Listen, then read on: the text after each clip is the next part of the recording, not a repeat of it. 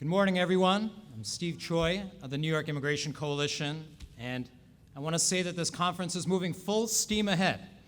We have quite the day today with Mayor Bill de Blasio speaking earlier this morning about his plans to strengthen services for immigrants. And we will hear from presidential candidate Hillary Clinton later today about her plans for immigrant integration. But now I have the distinct pleasure of introducing the next speaker, our very own governor of New York State, Andrew Cuomo.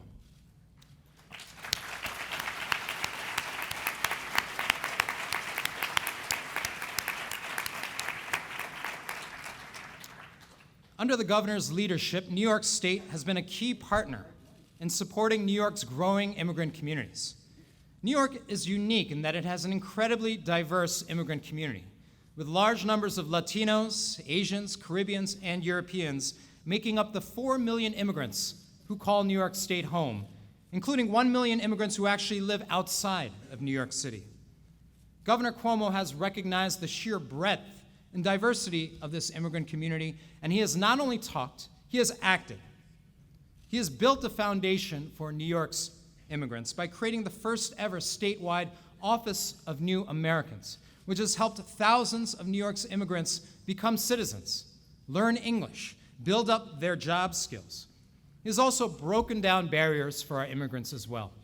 In 2011, the governor issued a landmark statewide executive order mandating language access, making sure that the 1 million immigrant New Yorkers who are limited English proficient can access vital state services and get the translation and interpretation that they need.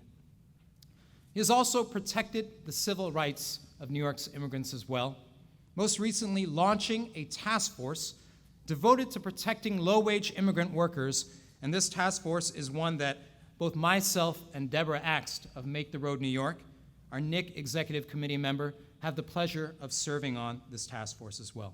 And I want to say that for each and every one of these major victories, the New York Immigration Coalition is proud to have worked closely with the governor and our allies, including Make the Road New York, to make these victories happen. So please join me now in welcoming our governor of the great state of New York, Andrew Cuomo.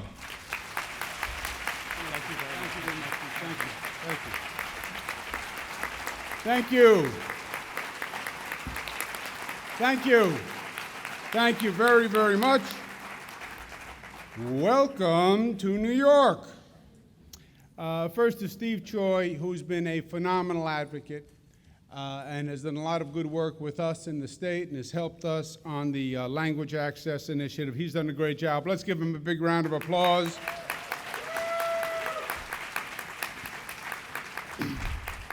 And to Deborah Axt, who is with Make the Road, which is a fantastic organization. We partner with it. It is an organization that gets results. And at the end of the day, this is about getting results for people who need it. So let's give her a round of applause.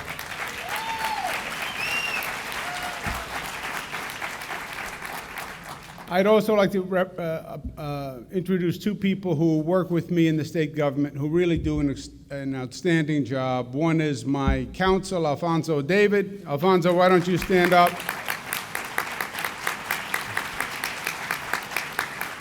And our Secretary of State, who has forgotten more about this area than most of us will probably ever know, Cesar Perales. Pleasure to be with you.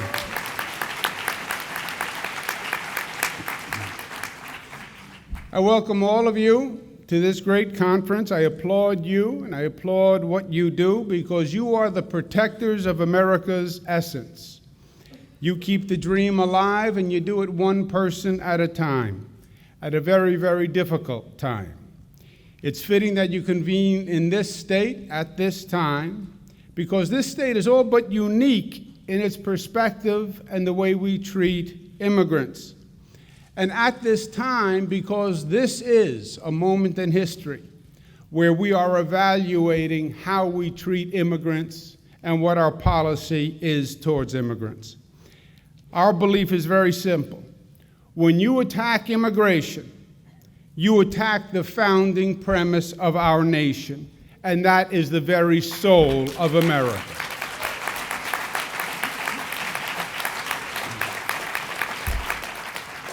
In New York, we are all immigrants, and we are proud of it, and we don't run from it, and we don't try to forget it. My people were poor Italians. They were stereotyped, they were discriminated, they were desperate, and I will never forget my heritage. I'll never forget the stories from my grandparents about how they were made to feel like outsiders and embarrassed, and the pain and the tears in my grandmother's face when she would tell the stories about how she was treated by her neighbors. I believe government's role is to promote and protect immigration, not passively, but actively, not in words, but in deeds. Government should be aggressive, competent, and muscular. It should deliver results. This state says to immigrants, we believe in you. We see you as an asset, not as a liability. We want to invest in you because we want you to grow. We want you to do better. We want your family to do better because we believe when you grow, we all grow. That is the essence of the New York way.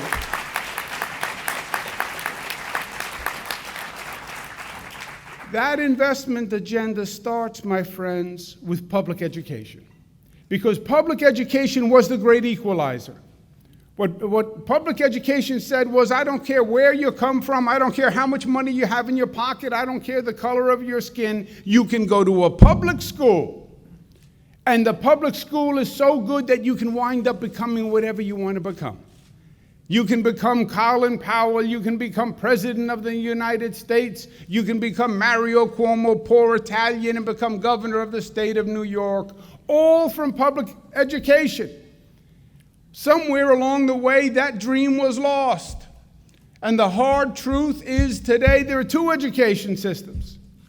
And there is one for the rich, and there is one for the poor. And you can go into a school on the rich side of town, and they'll show you how the first graders are already on the internet. And you can go to a school on the poor side of town, and you'll see they don't even have a basketball net. You can go to a school on the rich side of town, and they'll show you their computer lab with their Pentium processors. But then you go to a school on the poor side of town, and the most sophisticated piece of electronic equipment is the metal detector that you walk through on the way to the classroom. And that is not what we want from education.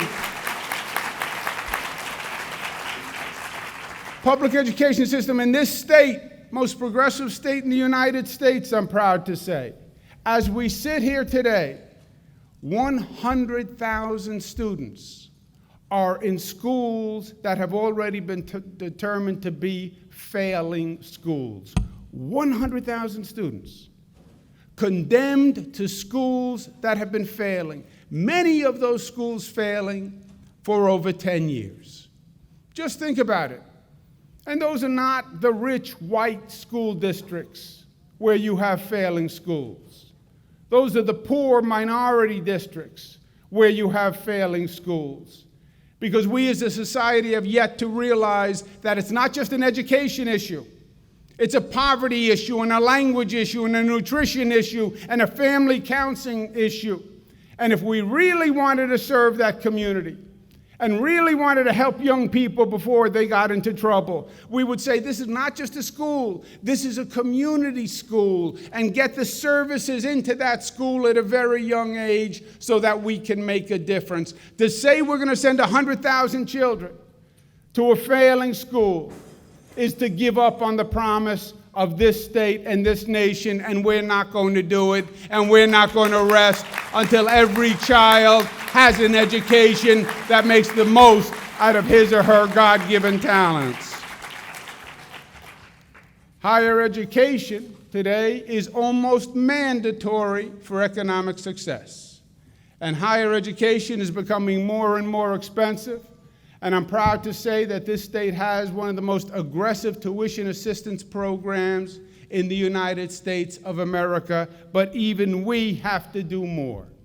We have Assemblyman Marcus Crespo, who's with us today, who's been working to pass the DREAM Act, because undocumented students should have a right to go to school and get tuition assistance and succeed for themselves and for their families.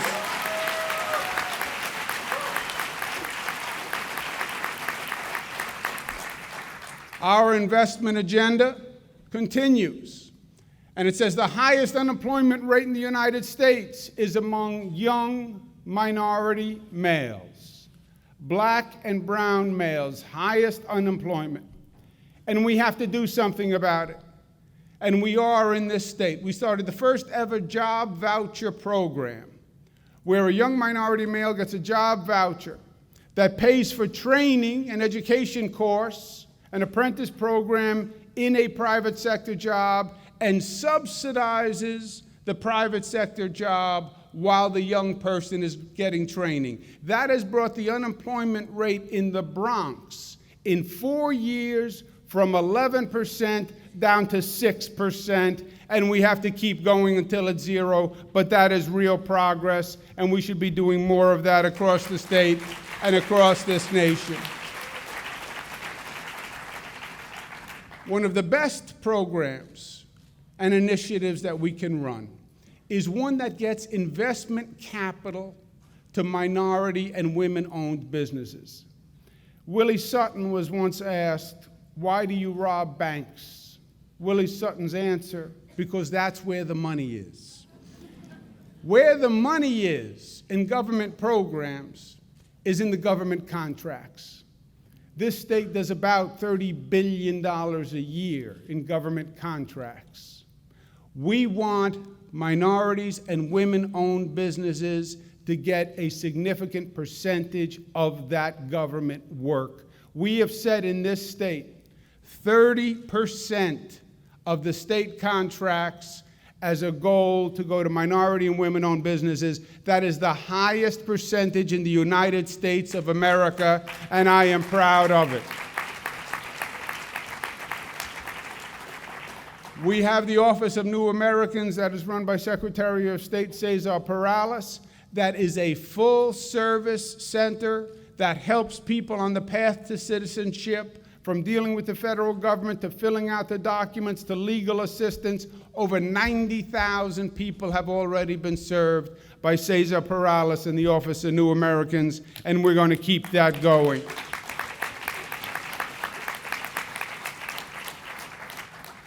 We must make work pay.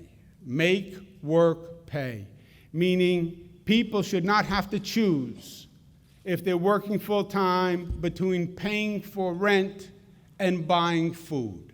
The minimum wage in this state and in this country simply has not kept pace with the cost of inflation. It wasn't indexed. People are being left behind.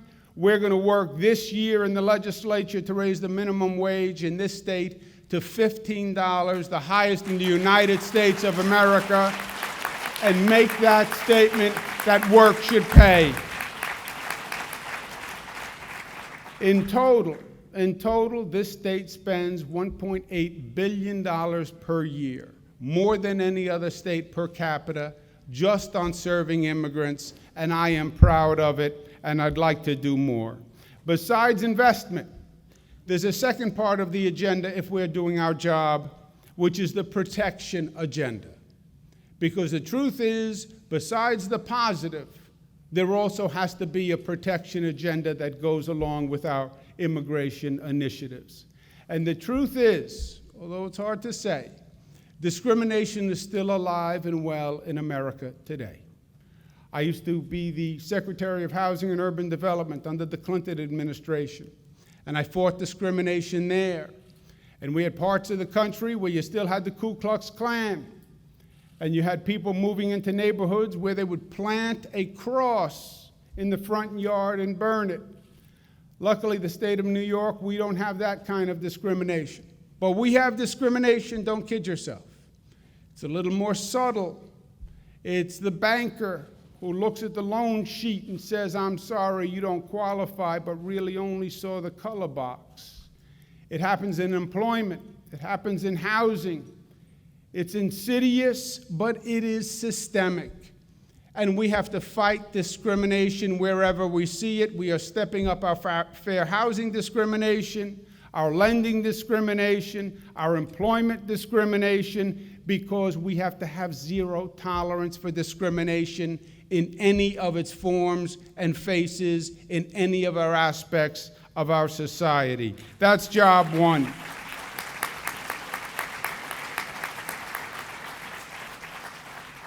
We have to protect the undocumented Americans and protect the exploited workers. And this is very graphic to me. I was standing on a street corner one day here in Manhattan, and I was waiting for the light to change, and next to me was a delivery person on a bicycle waiting for the light to change, and a car came around the corner, went right through the light, hit the delivery person on the bicycle. The delivery man went over the hood of the car, over the roof of the car, fell down on the other side. The bicycle was demolished. The car stopped, everyone ran over, the driver got out of the car, and the delivery man jumped up and started to head to the bicycle to get the bicycle. And I said, hold on, stay down, let's get an ambulance, let's find out if you're okay. No, no, no, I have to go, I have to go. Why? I believe he was undocumented. He didn't want the ambulance to come. He didn't want the police to come. He didn't want to have to deal with any authority. The man limped, grabbed the bicycle, and ran down the block because the bicycle wouldn't work. Now, this person in that accident should have had health care, should have been looked after. He would have had a civil lawsuit. He did absolutely nothing wrong. The other person was exactly right. But all he could think was, let me get away. Let me get away. Undocumented workers are defenseless. And people without principle, without scruples, can exploit them whenever they want. And it happens every day. Because the unscrupulous person thinks, what are they going to do? Call the Department of Labor? Call a policeman? They'll be in more trouble than the complaint that they're filing. I was the Attorney General of this great state, and I had a complaint that restaurant workers in the back room were being exploited. People who worked in the kitchens in very fancy restaurants here in New York, the dishwashers, the kitchen help. So we did an investigation, and I went to our investigation staff, and I found a fellow who was Ecuadorian, and he looked Ecuadorian, and we said, this is what we're going to do. You're going to say you're undocumented, and you're going to go to a restaurant, and you're going to get a job, and we're going to see what happens. Great. Sounded like a great plan.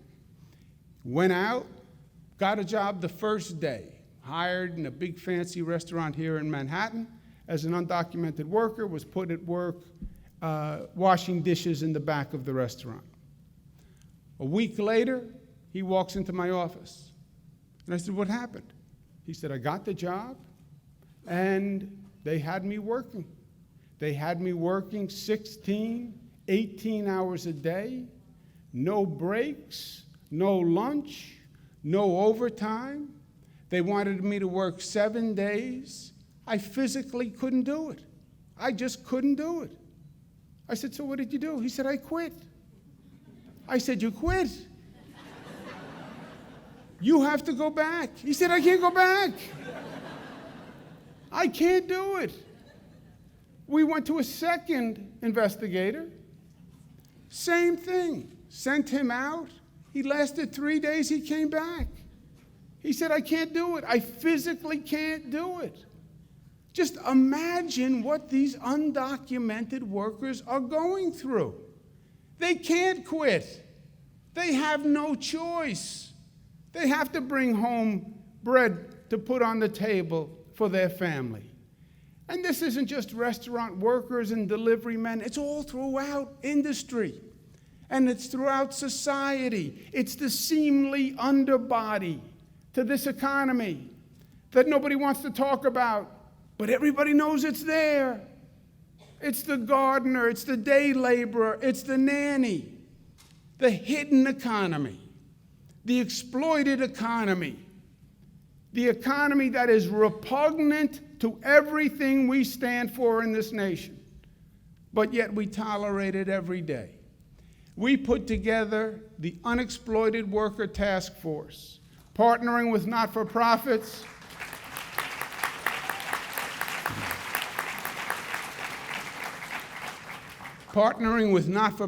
organizations. We assigned 700 investigators. In 5 months, we found 2,700 violations against employers. And this year, we will have recovered $28 million in recovered wages for 24,000 workers. Just think about that.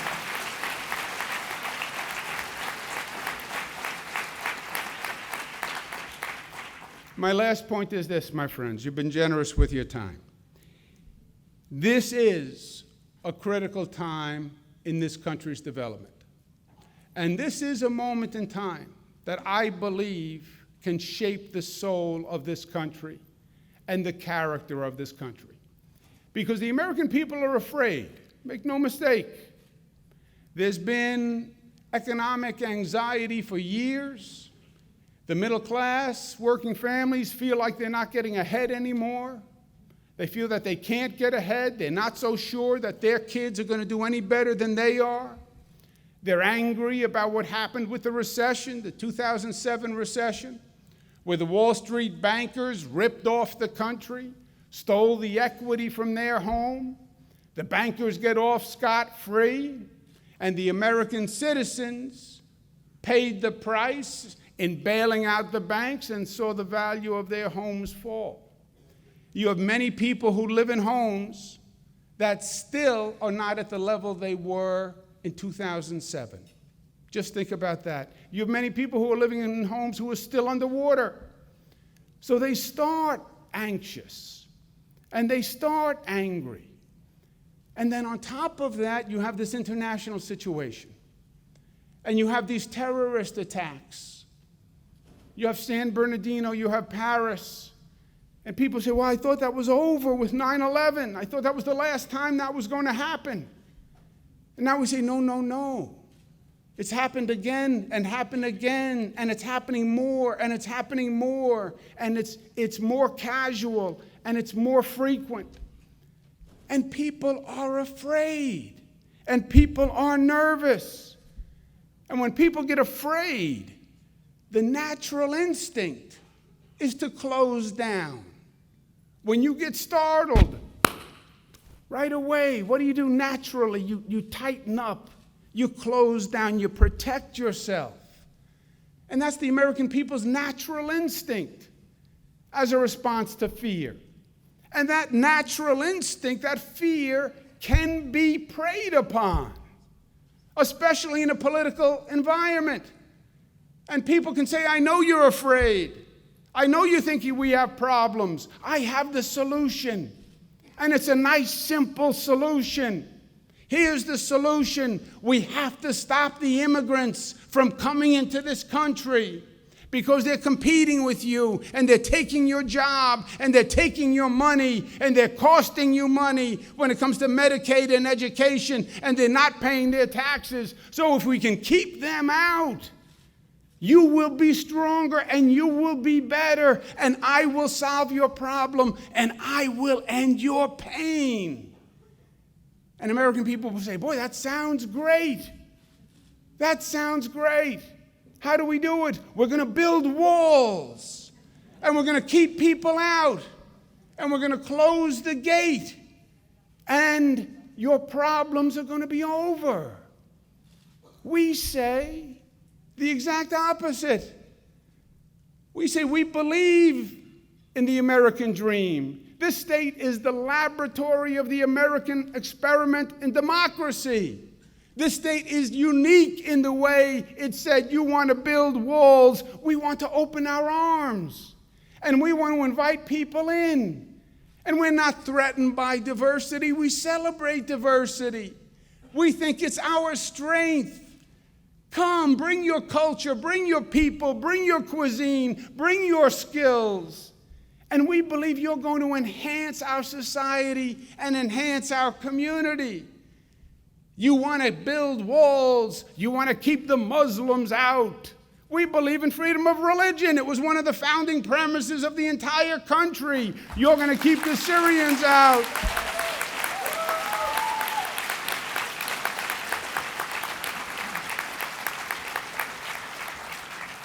You're going to keep the Syrians out.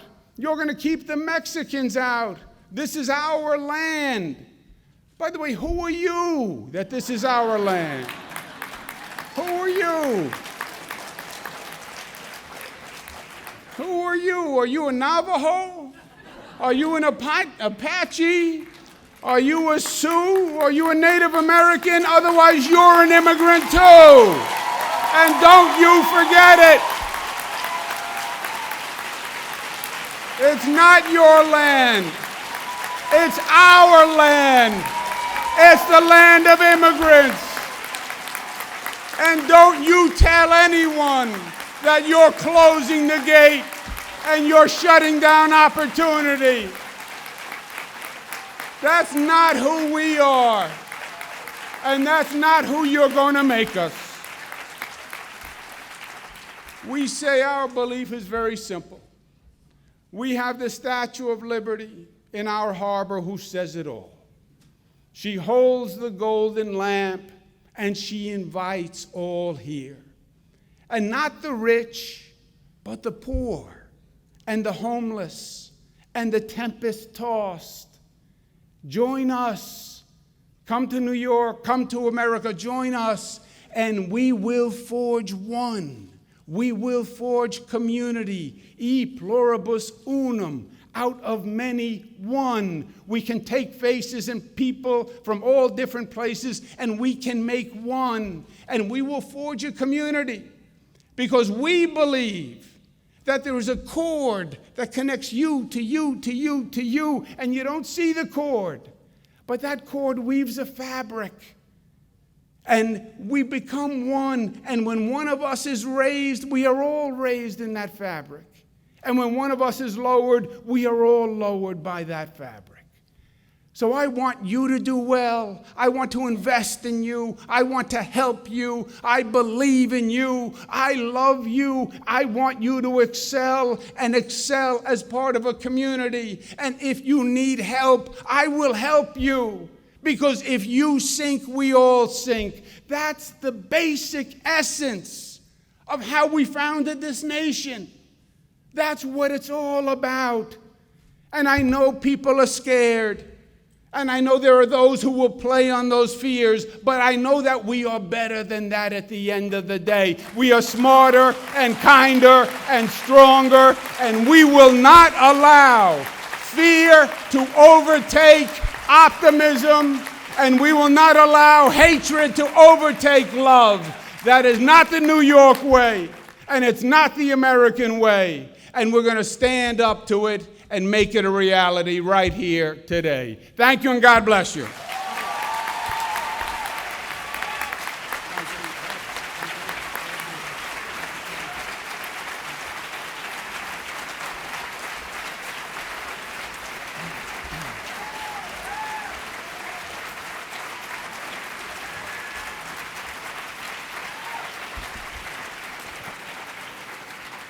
Thank you, Governor.